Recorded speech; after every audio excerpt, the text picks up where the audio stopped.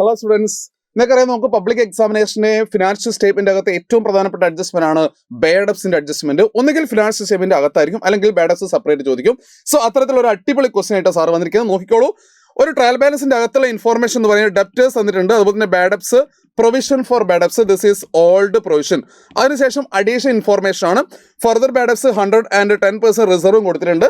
അങ്ങനെയാണെങ്കിൽ how much amount has to be debited to profit and loss account. Profit loss അക്കൗണ്ടിൽ എത്ര amount ആണ് debit ചെയ്യേണ്ടത് എന്നാണ് ചോദ്യം. ദാറ്റ് മീൻസ് ബാഡപ്സിന്റെ എമൗണ്ട് ചോദിക്കുന്നത്. സോ ഇവിടെ ബാഡപ്സ് നമ്മൾ എടുക്കുന്നു. So bad debts amount will be 1000. Bad debts 1000 ആണ്.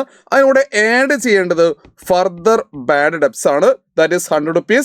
100 ആഡ് ചെയ്യുന്നു, 1100. അടുത്ത സ്റ്റെപ്പിൽ ആഡ് ന്യൂ പ്രൊവിഷൻ ആഡ് ചെയ്യണം.